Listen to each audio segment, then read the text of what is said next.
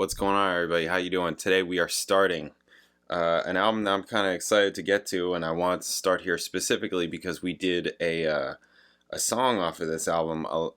I think it was live though, and I really liked it. I thought it was cool. I liked the vibe. I'm expecting some '60s kind of action, which is cool because we've been doing. I feel like it's been lots of '70s, so going a little bit further back. This came out in 1969. This is Yes's first album.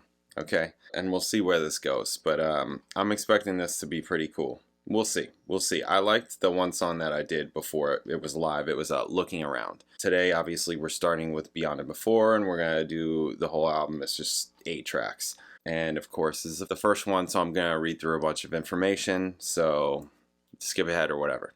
All right.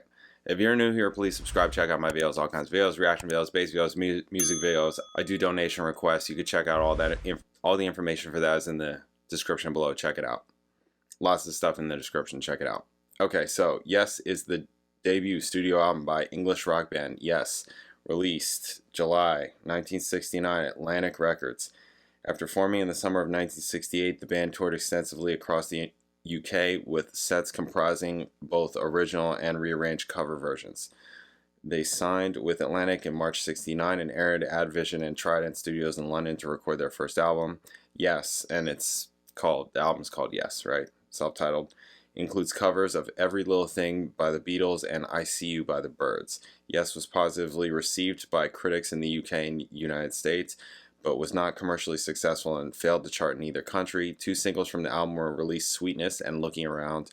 The album was remastered and okay, cool. In August 1968, Yes formed with a lineup of singer John Anderson, bassist Chris Squire, guitarist Peter Banks, drummer Bill Bruford, and keyboardist Tony Kaye. The band played their first gig under the name on August 4th. Okay, they started in August, and their first gig was August 4th. Okay. They toured the UK extensively, playing sets featuring both original and rearranged covers, rock, pop, funk, and jazz artists. Bruford left the band temporarily with the aim of pursuing education at university, but the lineup returned to its original formation in November 1968.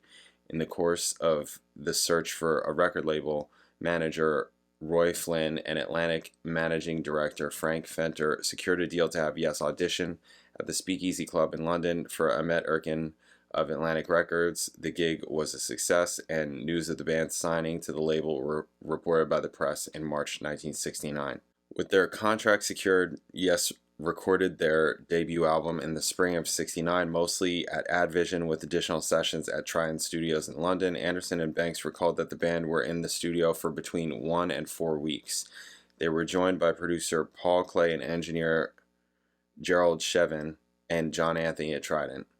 Banks was unsure as to how Clay became involved in the album. He deemed Clay unfit for the job, for he had worked on film soundtracks and knew little about working with rock bands. Oh boy. Which caused the album to lack in quality as a result. Oh man. With Bruford's drums sounding like biscuit tins and Banks' guitar sounding clangy. Okay. Banks nicknamed Shevin the Weasel or the Ferret, damn, for his small stature and glasses that made him resemble a rocket scientist from the 1950s, and for his general distaste for rock music. God damn, why would they set these people up with people that just... That sounds bad. Okay, Shevin also consistently asked the band to turn their levels down. Oh, I gotta hate that. Much to the dislike of Banks, who would put his guitar levels up when no one was looking. Good for you, dude. Good for you. Come on. I mean, come on. What are we doing here? What are we doing here? This is all about amps in the face. It's rock music, right? Come on. Come on. Come on. Come on. Can't be too loud. Can't be too loud. Okay. Recording was also met with technical difficulties, with the group spending 2 days trying to get a Hammond organ for Kaye to play on to function correctly. They hired one to use for Kaye on a Vox Continental disguised as a Hammond. These sessions marked Bruford's first time in a professional recording studio, and it was only when the album was nearly complete that he realized he could alter the volume levels of the other band members' instruments in his headphones. Oh my god. Instead, he recorded his parts with the guitar loud in one ear and nothing else in the other. Oh my lord. Bruford described his playing on the album as a mishmash of everything I'd heard, and later recognized his naive playing specifically to swing on the cymbals. Around the third day of recording, Erkin visited the studio to hear what had been put down, but the band had nothing to play for him. Oh my god. Third day? Well, I mean, third day of recording, so they already were recording. So this is like after everything was already set up. Like, that's why I'm like wondering where they are in the process. It was like their third day in the studio or the third day of recording. Like, actually working. Anyways, doesn't really matter. It's all ancient history, right? Okay, songs. Yeah, let me just get to this. So the first one we're doing is Beyond and Before. Beyond and Before was written by Squire and Clive Bailey, former singer and guitarist in Mabel Greer's Toy Shop, the rock band that was a precursor to Yes. Oh, okay. Don't know any of this stuff. Never even heard of that group. The band would open their live shows with this tune, which features 3-part harmonies, an attribute of Yes that quickly became a trademark in their sound. Years later, Banks was still unsure as to what the lyrics meant, yet suggested they were drug-induced. Nice. Okay. Squire described it as one of those acid rock kind of songs with its psychedelic lyrics. Okay, great. I'm not going to pay attention to lyrics. If you're new here, understand that. I'm not. If you're not new here, you already know, I hope. I go over this all the time with people. Well, with people on the channel, but yeah, that's what's going on. Okay, so, and here's the cat. If you haven't met the cat yet, this is Kitty. That's her name, the Ho Cat. Kitty, do you like Yes? This is going to be kind of groovy, I think. It's going to be a bit of a psychedelic vibes, which I'm down with. Pretty cool, and I'm excited about. Yeah, look at how these guys, they got tunics. How they're all dressed, stuff like that. Come on. We're getting down. We're getting down, Kitty. Alright, so we're doing this first song, Beyond and Before. Let's do it. Bam.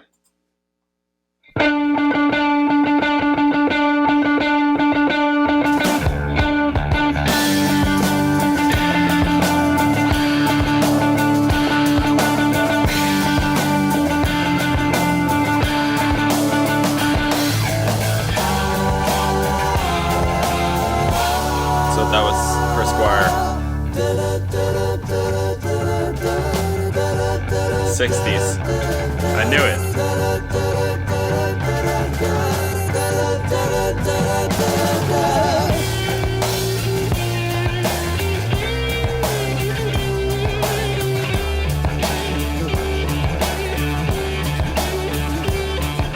Yeah, the snare is over here where you would think it would be in the center, and the kick is pretty weak. Trees of silver foam cast shadows soft in winter home. Swaying branches breaking sound. Lonely forest trembling ground. Masquerading leaves of blue run circles round the morning dew. Patterns understood by you, reaching out beyond and before.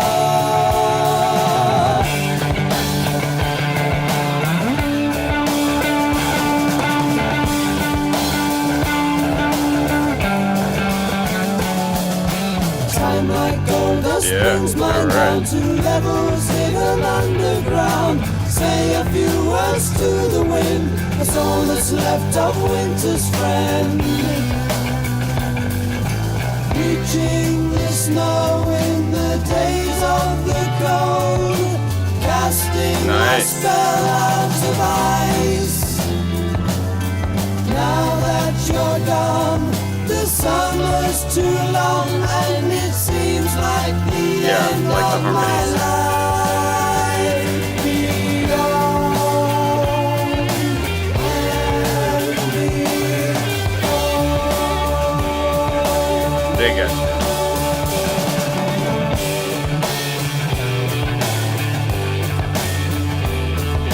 Sparkling trees of silver foam cast shadows soft in winter home. Swaying branches breaking sound. Lonely forest trembling ground.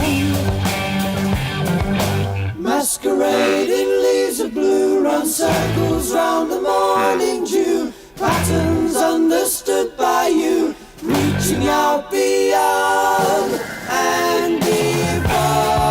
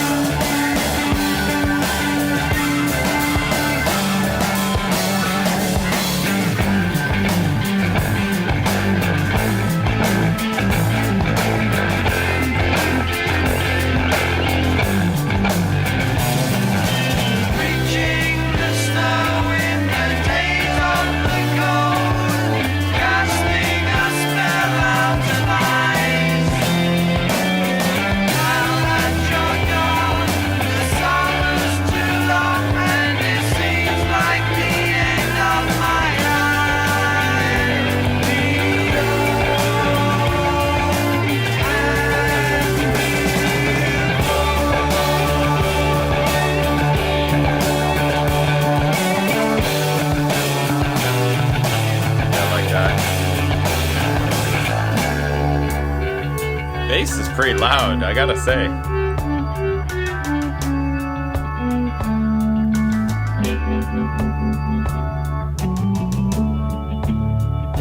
Cool.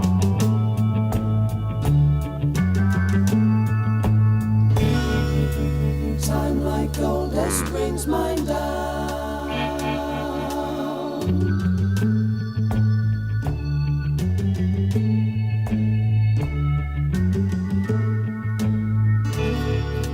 Time like gold that brings mine down. It's like whole reverby section.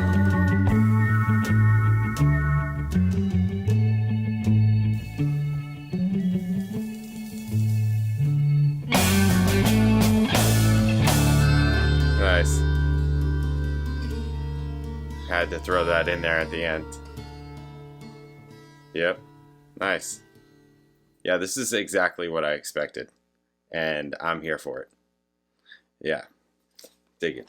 Yeah, this is exactly. After hearing that one song live, I expected this. And again, I'm here for it. I'm glad that that's what it is. I just figured it was going to be like some 60s psychedelic vibes, and that's what it is. And it sounds great. I like it. I hear it. By sounds great, I mean, you know, the songs, overall what they're doing, right? Sonically, it sounds fine. It's not like terrible, right? It's not terrible. I can hear everything. It's fine. But I can hear how maybe them being within the process and also like looking back on it, they could think, this should have been better, and this should have been better, and this, we should have done things like this. And what I mean, just the fact that Bill Bruford recorded only hearing the guitar on one side super loud and that's it, that's insane. That's insane. That's crazy. It's crazy. So, and even, you know, when they were doing that whole breakdown thing in the middle, there was a little bit of time things, and that may have something to do with it. You know, like maybe the drummer needs to hear more than just the guitar player. Maybe he needs to hear like the vocal, the bass player. Yep. How about that? Chris Squire is super loud, which I'm fine with. Totally fine with. He's way out there. He's much more of a like bass guitar player, really. I mean, you know, he takes more of a lead role. I mean, that whole intro was him. So that's another exciting thing about Yes is Chris Squire. I really liked it. You know, just off the top. This is not some like super in-depth talking about theory and things like that type of deal. If you're new here, this is a first time reaction, first time hearing this ever. The only song on here that I've heard is Looking Around, and that's what you get, you know, for this. For more in-depth things, I've actually been thinking about doing those things, but it's going to take more time. That takes more time, and I could never uphold the schedule that I have, the release schedule that I have, in doing those kinds of reviews, right? That type of analysis. Maybe I'll do that at some point, and maybe I do one a week or something like that. I'm thinking about it. For now, I just like listening to music and telling you if I like it or not. And if anything else comes out, it comes out. You guys, anybody who's not new here knows what to expect from me. Sometimes I go off on tangents and they have to do with music, and sometimes I don't. Usually they do. I'm sure that there's information in there to glean. But anyways, this is really cool. Love the vibe. Absolutely loved it. Hopefully it's really like this, and I'm going to love it. That's what I think.